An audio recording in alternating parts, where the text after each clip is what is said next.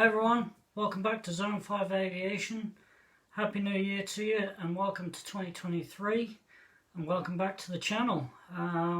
Just looking back at my video history, I haven't done a video for 4 months.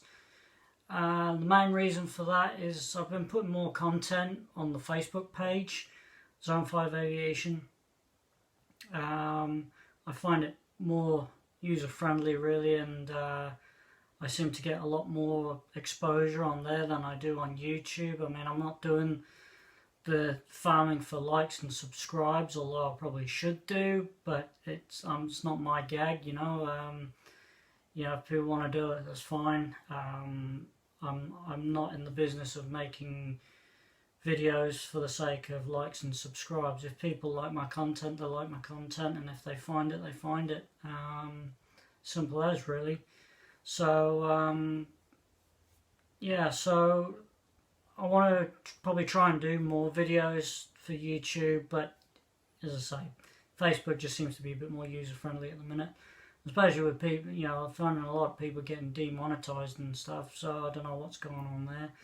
And YouTube has had issues with uploading videos and stuff, so yeah, it's YouTube isn't the same format it used to be years ago, back before Google took over and destroyed it really. So yeah.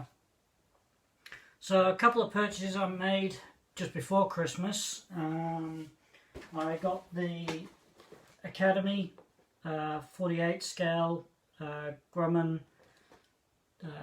TBF, so it's the Avenger. This is actually a rebox of classic Airframes, this kit.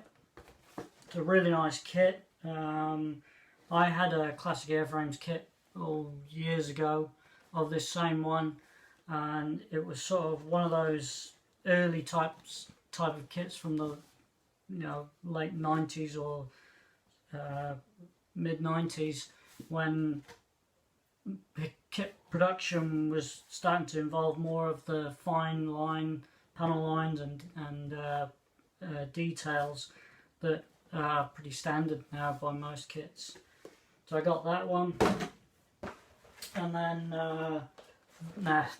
this one.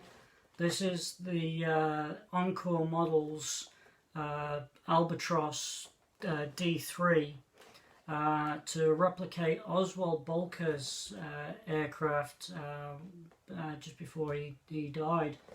One of my passions is involving the whole Top Gun school of training, is that air-to-air combat, the origins of air-to-air combat were written by Oswald Bolker, known as the Dictator Bolker, and so I had to really hunt down this kit because it's been out of production since the early 2000s, and I saw it come up on eBay and I just grabbed it. I paid way over the odds for it, but my ambition is I want to do the series of 3 builds of Oswald Bolker, Max Immelmann, and von Richthofen with the DR1 triplane and the Fokker E1, and so they're the founders of the origins of air-to-air combat, basically, or DACT, Dissimilar Air Combat Tactics. So that was my train of thought with this one. It's a really nice kit.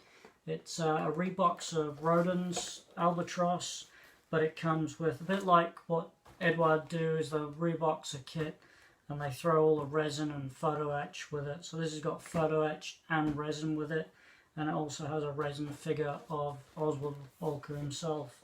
So yeah, glad I got that one. That was a hunt. And then the big one, the last one I got for last year, is this monster, the SU-34. Now this is a big box. I remember Phil Flory reviewing it when he first came out, and it's a really nice kit. The fuselage is top and bottom, but it's moulded in one, and in Hobby Boss's true style, it's all properly packed. And the nice thing about this is, yeah, it's expensive, and I remember this has been one of the complaints originally when it first came out, was that it's an expensive kit. And yeah, it's an expensive kit, but the amount of weapons you get with it, if you had to buy this kit alone and then you'd pay another, I don't know,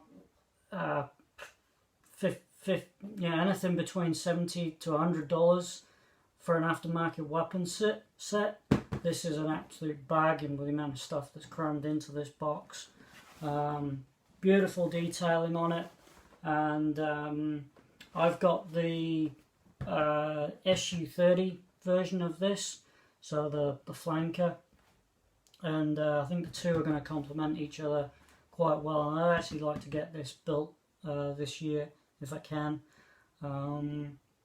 So yeah, so that's some of the loot I got at the end of last year, and then back in November I bought this kit, Revell's 32nd scale P51D early version without the tail fillet. I bought this off a guy on Trade Me, which is our version of eBay, I guess, and it was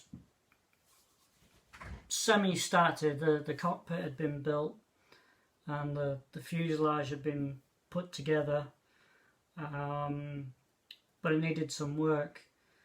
And then through conversation with the seller, it became apparent that the guy was got some quite severe health issues going on, and he'd got a couple of kits that he'd started and he could no longer carry on with them. And whenever I found that out and I could relate to some of the things he was talking about, I made a pledge to finish the kit for him, and I would then deliver the finished model in person, and it means a couple of hours drive south of here, but I made the pledge to do that for him. Hell or high water, I was going to do it, and I've literally I bought it in November, and in the last hour of me filming this video I've just finished it. I'm very happy with it. The kit overall is well worth the money. It's very well detailed. I mean, it's not quite as detailed as what the Tamiya 32nd scale Mustang is, but you're paying less than half the price for this kit. And for what it is included in the box, I'm very, very happy with it, and I'd recommend anybody to buy it. And it's totally buildable. It's come up really nice, and yeah, so probably in the next couple of weeks I'll be making efforts to deliver it to the guy I bought it from. Now, I'm not going to post any, I'm not going to do any photos for this video. If you want to check out the photos of the finished build, go to Facebook, Zone 5 Aviation, and you'll see the photos there. I've also shared it on Scale Modelers Supply, the Australian company that make premium lacquer paints, and they're ever expanding. So check them out. They've got a website, www.scalemodeler.com, scalemodelersupply.com, and yeah, you can check them out there. Scott there will help you out. He's a great guy, and yeah, so but I'll just give you a brief look at it here. So there she is. She's all finished. All the paints, the silver was Tamiya's bare metal silver. I think it's AS12. and the rest was scale model supply, SMS, lacquer paints, and then supplemented with Tamiya acrylics for detail painting. I did supplement the canopy for the Tamiya one, as well as the photo etch seat belts on the inside. But that was about it. I just felt that it needed a little bit more refinement in those areas. The prop goes together, that's just slipped on, it does turn. Not that I build models for playing with them, you know, but yeah, very nice kit, came up well, and I just hope that the guy who built it for us likes it. So I'm just going to finish the video there. This was just an introduction for 2023 with Zone 5 Aviation, and yeah, I hope to do some good builds in the near future and the rest of this year.